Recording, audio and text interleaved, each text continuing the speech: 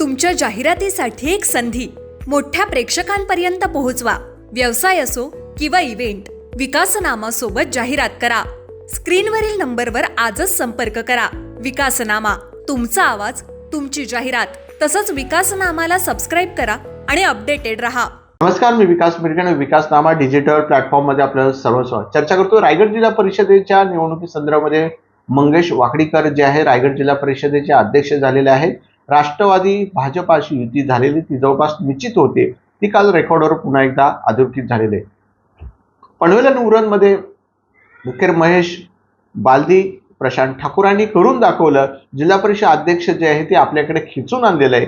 कारण वैकुंठ पाटील असतील, अनेक रायगड जिल्हा परिषद अध्यक्षासाठी प्रयत्न करताना दिसून येईल. मूळ मुद्दा असा आहे की रायगड जिल्हा परिषद अध्यक्ष कारकिर्दीमध्ये 2.5 वर्षामध्ये 2-1 जे आहे ते अध्यक्ष भाजपचे लाभणार आहेत. 2.5 वर्षानंतर पुन्हा एकदा राष्ट्रवादी काँग्रेसचे अध्यक्ष मिळणार आहे. उपाध्यक्ष मग जे आहे ते आपल्याला मग भाजपचे असतील ना, राष्ट्रवादी काँग्रेसचे. आता मधुकर पाटील उपाध्यक्ष झालेले आहेत. पुढच्या वेळेला 2.5 वर्षानंतर जे आहे तो राष्ट्रवादीचा अध्यक्ष होणार, भाजपचा उपाध्यक्ष होणार. काय मग 2.5 वर्षामध्ये 2 सव्वा वर्षासाठी हे जे काही खिरापत राष्ट्रवादी आणि भाजपने सुरू केलेले, म्हणजे 5 वर्षामध्ये 4 जिल्हा परिषदेचे अध्यक्ष आपल्याला मिळणार आहे. त्यामुळे सव्वा वर्षामध्ये आपण लुटून किती खायचं आता ते नेते, ते रायगड जिल्ह्यातले सदस्य ठरवतील. कारण शेवटी 1.25 वर्षामध्ये तुम्हाला काम करायला काय संधी मिळणार आहे. पावसाळा, हिवाळा, उन्हाळा येऊन जातो. लगेच 1.25 अभ्यास करताना, स्टडी करताना, त्याचं नियोजन वगैरे करता 5-7 महिने निघून जातात. 4-5 महिने तर असे इकडे समजावण्यात गेल्यानंतरच ते त्याला अरे हे झेडपी आपल्याला समजले, अरे हे झेडपीमध्ये असं होतं. त्यामुळे 1.25 वर्षामध्ये हे लोक काय करणार, रिझल्ट काय देणार, हा महत्वाचा मुद्दा आहे ना. ठीक आहे, जिल्हा परिषद अध्यक्ष म्हणून लागून जाईल. बोर्डवर सगळे 5 वर्षामध्ये 4 नावं येतील. उपाध्यक्षांची पण 4 नावं येतील.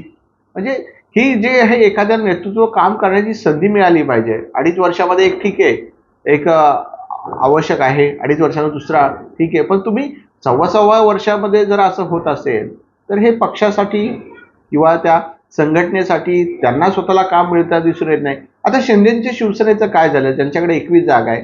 मात्र सध्या त्यांच्या वाटाघाटी सुरू झालेल्या आहेत. भाजप राष्ट्रवादीची युती करून घेतलेली आहे आणि मग ज्या काही तडजोडी होतील त्या पुढे 1.25 वर्ष तर सध्या भोगूया भाजपला, असं म्हणत ह्या राष्ट्रवादी काँग्रेसनी आणि भाजपने ठरवून दिलेलं आहे. आता शिंदेची शिवसेनेच्या पुढच्या 1.25 वर्षात त्यांना संधी मिळते का? कारण त्यांना एक 1.25 वर्षच एखादा कालावधी मिळू शकतो. मग भरत गोगावल्यांचा मुलगा आहे, महेंद्र दळवींची पत्नी आहे. हे सगळे प्रश्न निर्माण, मग दोघांपैकी समाधान कसं म्हणणार?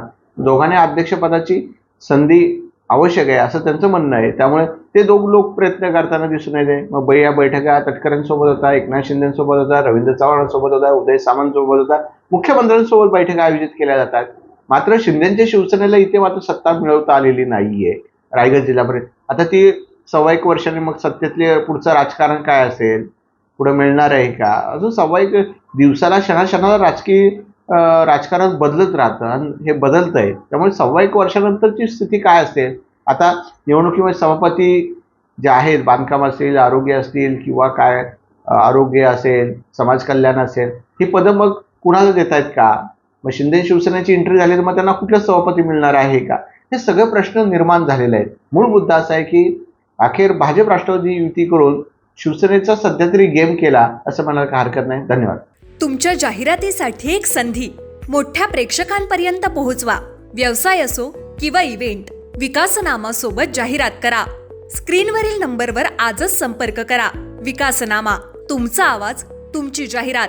तसंच विकासनामाला सबस्क्राईब करा आणि अपडेटेड रहा.